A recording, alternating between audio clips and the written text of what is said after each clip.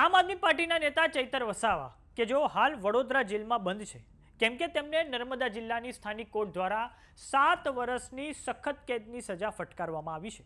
તો બીજી તરફ આમ આદમી પાર્ટી ચૈતર વસાવાના સમર્થનમાં સતત દેખાવો અને સંમેલન કરી રહી છે. ત્યારે હવે છોટાઉદેપુરમાં ચૈતર વસાવાના સમર્થનમાં કોઈ નવા જૂની થાય તેવી સંભાવના છે.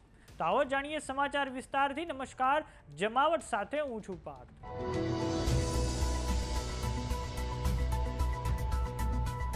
વર્ષ 2023માં વનકર્મી પર હુમલાના કેસમાં ધારાસભ્ય ચૈતર વસાવાને 7 વર્ષની સજા પડી છે અને હાલ તેઓ વડોદરાની જેલમાં બંધ છે.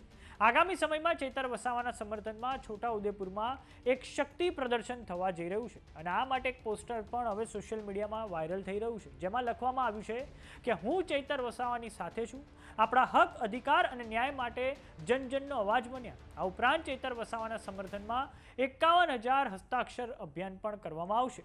આ પછી છોટાઉદેપુરની કલેક્ટર કચેરીએ આવેદનપત્ર આપવામાં આવશે. ત્યારબાદ છોટાઉદેપુર ખાતે 1 લાખ લોકોની હાજરીમાં ચૈતર વસાવાના સમર્થનમાં એક વિશાળ રેલી કરવામાં આવશે. આમ આદમી પાર્ટી હવે ચૈતર વસાવાના સમર્થનમાં છોટાઉદેપુર ખાતે એક શક્તિ પ્રદર્શન કરવા જઈ રહી છે. આ અગાઉ આમ આદમી પાર્ટીએ ડેડિયાપાડા ખાતે પણ તેમના સમર્થનમાં એક સંમેલન કર્યું હતું. આ સભામાં આમ આદમી પાર્ટીના જે મોટાભાગના નેતા છે, ગોપાલ ઇટાલિયા, ઈસુદાન ગઢવી, બ્રિજરાજ સોલંકી, મનોજ સોરઠિયા હાજર રહ્યા હતા.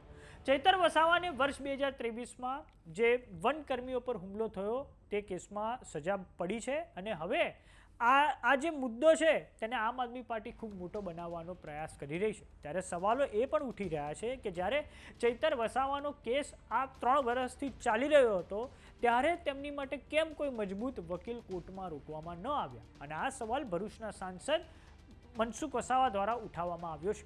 વાત કરીએ સ્થાનિક સ્વરાજ્યની ચૂંટણીઓની, તો તાજેતરમાં આ જે ચૂંટણીઓ સંપન્ન થઈ છે તેમાં આમ આદમી પાર્ટીએ આદિવાસી વિસ્તારોમાં ખૂબ મજબૂત પ્રદર્શન કર્યું છે.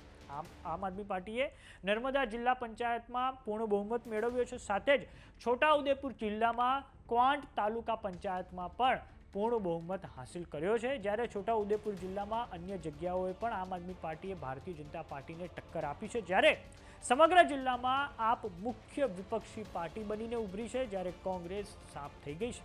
આમ આદમી પાર્ટી આદિવાસી સમાજમાં સતત પોતાનો જનાધારનો પ્રચાર, પ્રસાર અને વિસ્તાર કરી રહી છે.